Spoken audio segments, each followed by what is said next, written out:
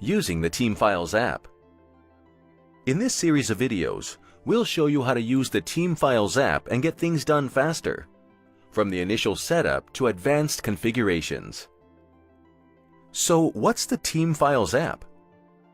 Well, it's the best tool to attach files and folders directly from your preferred cloud storage to Jira issues.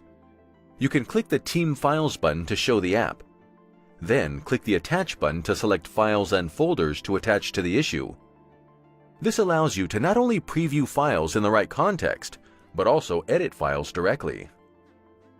The updates are saved directly to your storage, so there's no need to download and upload multiple versions.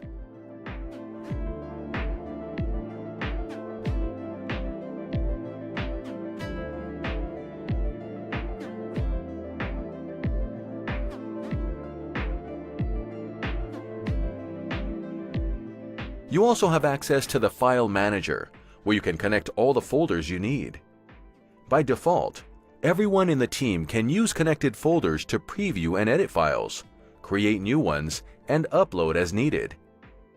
The app supports many popular services, including SharePoint, Google Drive, and Dropbox.